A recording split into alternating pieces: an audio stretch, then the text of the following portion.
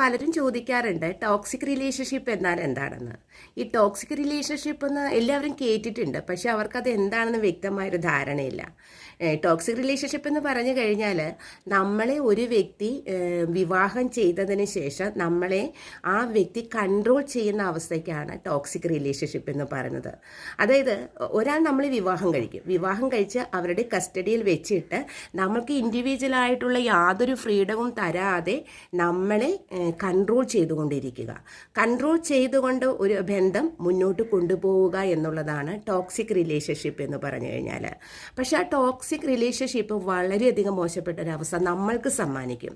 കാരണം ഒരു സ്ത്രീ ആണെങ്കിൽ ഒരു അടിമയെ പോലെ ജീവിക്കുകയും അവരുടെ സ്ത്രീത്വം നഷ്ടപ്പെടും. കാരണം അഭിപ്രായ സ്വാതന്ത്ര്യം അവിടെയില്ല. ഒരു പുരുഷനാണെങ്കിൽ അവൻ്റെ പൗരുഷത്വം നശിച്ചു പോകും, അവനും ഒരു സ്ലേവിനെ പോലെ ആയിപ്പോവും. കാരണം ഈ ടോക്സിക് റിലേഷൻഷിപ്പ് നമുക്ക് നൽകുന്ന വ്യക്തി പിന്നീട് അവർ പറയുന്നത് അവർ എൻ്റെ ഔദാര്യത്തിലാണ് ജീവിക്കുന്നത്, ഞാനാണ് അവരെ ഹെൽപ്പ് ചെയ്യുന്നത്, ഞാനില്ലെങ്കിൽ അവരില്ല, അവരുടെ സ്റ്റാബിലിറ്റി തന്നെ ഞാനാണ് എന്ന ടോക്സിക് റിലേഷൻഷിപ്പ് നമുക്ക് സമ്മാനിക്കുന്ന വ്യക്തി പറയും. അപ്പോൾ മിക്കവാറും നടക്കുന്നത് അറേഞ്ച്ഡ് മാരേജ് ആണെങ്കിൽ ആ വ്യക്തിയെ പറ്റി അറിയാതെയാണ് നമ്മൾ അതിൽ ചെന്ന് ചാടുന്നത്. ആ പേഴ്സൺ എങ്ങനെയാണെന്ന് നമുക്കറിയില്ല. എന്നാൽ ലവ് മാരേജ് ആണെങ്കിൽ വളരെ അധികം നാളും അവരായിട്ട് സ്പെൻഡ് ചെയ്ത ശേഷം അവരുടെ ക്യാരക്ടർ അറിഞ്ഞുകൊണ്ട് ചെന്ന് ചാടുന്നവരുണ്ട്. പക്ഷെ അവിടെയാണ് നമ്മൾ സൂക്ഷിക്കേണ്ടത്. അതായത് ഈ പ്രേമിക്കുന്ന സമയത്ത്, അത് പ്രണയിക്കുന്ന സമയത്ത് അവരുടെ ട്രൂ ക്യാരക്ടർ അവർ നമ്മളിൽ കാണിച്ചിട്ടുണ്ടാവില്ല, ഒരു മാസ്ക് ആയിരിക്കും അവരിടുന്നത്. അപ്പോൾ നമ്മളിവിടെ മനസ്സിലാക്കേണ്ട ഒരു പ്രധാനപ്പെട്ട കാര്യം, ടോക്സിക് റിലേഷൻഷിപ്പ് എന്ന് പറഞ്ഞാൽ നമ്മൾ വിവാഹം കഴിച്ചതിന് ശേഷം നമ്മളെ അടിച്ചമർത്തി കൺട്രോൾ ചെയ്ത്, അതായത് അവരുടെ വിരൽത്തുമ്പിൽ നമ്മളെ നിർത്തുന്ന ഒരു അവസ്ഥയാണ് ടോക്സിക് റിലേഷൻഷിപ്പ് എന്ന് പറയുന്നത്. ഒരു ഡേഞ്ചറായ ഒരു അവസ്ഥ തന്നെയാണ്. നമ്മുടെ ലൈഫ് ലോങ് അവരുടെ കൺട്രോൾ ജീവിച്ചുകൊണ്ടിരിക്കും. അതായത് ഒരു ലൈഫ് സർക്കിളിനുള്ളിൽ അവർ നമ്മളെ നിർത്തുകയാണ് ചെയ്യുന്നത്. അപ്പോൾ ആ ലൈഫ് സർക്കിളിൻ്റെ ഉള്ളിൽ കിടന്നുകൊണ്ട് നമ്മൾ തീരാവേദന അനുഭവിക്കും. നമ്മൾക്കൊരു അഭിപ്രായ സ്വാതന്ത്ര്യമില്ല, ഒരു ഒപ്പീനിയൻ പോലും പറയാൻ പറ്റില്ല. അവർ നിർദ്ദേശിക്കുന്ന സ്ഥലത്തേക്ക് പോവേണ്ടി വരും, അവർ പറയുന്ന ലൈഫ് സ്റ്റൈലിൽ നമ്മൾ തുടരേണ്ടതായിട്ടും വരും. ഇനി ടോക്സിക് റിലേഷൻഷിപ്പിൻ്റെ ഒരു പ്രത്യേകത എന്ന് വെച്ചാൽ എന്താണെന്നാൽ, ഈ ടോക്സിക് റിലേഷൻഷിപ്പിലുള്ള ആ വ്യക്തി, നമ്മളെ വിവാഹം കഴിക്കുന്ന ആ വ്യക്തി പറയുന്നത് എൻ്റെ പേഴ്സൻ്റെ കാര്യത്തിൽ, അല്ലെങ്കിൽ എൻ്റെ ഹസ്ബൻഡ് ആണെങ്കിൽ ഹസ്ബൻഡിൻ്റെ കാര്യത്തിൽ, അല്ലെങ്കിൽ എൻ്റെ ലവർ ആണെങ്കിൽ ലവറിൻ്റെ കാര്യത്തിൽ ഞാൻ വളരെയധികം പൊസസീവാണെന്ന് പറയും. ഞാൻ വളരെയധികം പൊസസീവാണ്, ഞാൻ വളരെ ലവബിൾ ആണെന്ന് പറയും, പൊസസീവാണെന്ന് പറയും. എന്താണ് പൊസസീവ് എന്നാൽ?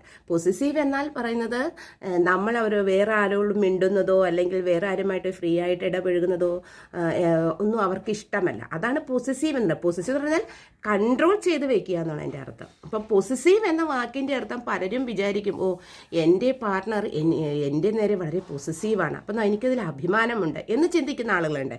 പക്ഷേ അത് തെറ്റായ ധാരണയാണ്. പൊസസീവ് എന്ന് പറഞ്ഞു കഴിഞ്ഞാൽ എന്താണ്? അതായത് കൺട്രോൾ ചെയ്ത് വയ്ക്കുന്നു എന്ന് തന്നെയാണ് അർത്ഥം. അതായത് നമ്മൾ എങ്ങോട്ടും തിരിയാൻ പാടില്ല, അവരുടെ കൺട്രോളിങ് പവറിൽ നിന്നുകൊള്ളണം. അതായത് അവരും ഒരു കാർമിക് പാർട്ണറാണ്. നമ്മളുടെ മേൽ ഓവർ പൊസസീവ് കാണിക്കുന്ന ആൾ തീർച്ചയായിട്ടും നമ്മുടെ കാർമിക് പാർട്ണർ തന്നെയാണ്. അവരാണ് നമ്മളുടെ ഓണർഷിപ്പ്, നമ്മളുടെ ഉടമസ്ഥാവകാശം അവർക്കാണ് എന്നുള്ളതാണ് അതിൻ്റെ അർത്ഥം. അത് അത്ര നല്ല കാര്യമല്ല. അതും ഒരു ടോക്സിക് റിലേഷൻഷിപ്പ് തന്നെയാണ്. അവർ നമ്മളുടെ കാർമിക് പാർട്ണർ തന്നെയാണ്. ഇപ്പോൾ ഏത് ബന്ധങ്ങളും ആയിക്കോട്ടെ, അതായത് ലവ് റിലേഷൻഷിപ്പ് ആയിക്കോട്ടെ, ഹസ്ബൻഡ് ആൻഡ് വൈഫ് റിലേഷൻഷിപ്പ് ആയിക്കോട്ടെ, ഈ റിലേഷൻഷിപ്പ് എല്ലാം തന്നെ മെയിൻറ്റെയിൻ ചെയ്ത് കൊണ്ടുപോകുന്നതിന് വളരെയധികം ബുദ്ധിമുട്ടുണ്ട്. അതായത് എനിക്ക് യാതൊരു വിധത്തിലുള്ള റിസ്ക് എടുക്കാൻ പറ്റില്ല, എനിക്ക് കഷ്ടപ്പെടാനായിട്ട് പറ്റില്ല എന്ന് ചിന്തിക്കുന്ന ചില ആളുകളുണ്ട്. അവർക്ക് റിലേഷൻഷിപ്പ് മെയിൻറ്റെയിൻ ചെയ്ത് കൊണ്ടുപോകാൻ കഴിയില്ല. ഇപ്പോൾ ഫാമിലി റിലേഷൻഷിപ്പ് ആയാൽ പോലും പറ്റില്ല.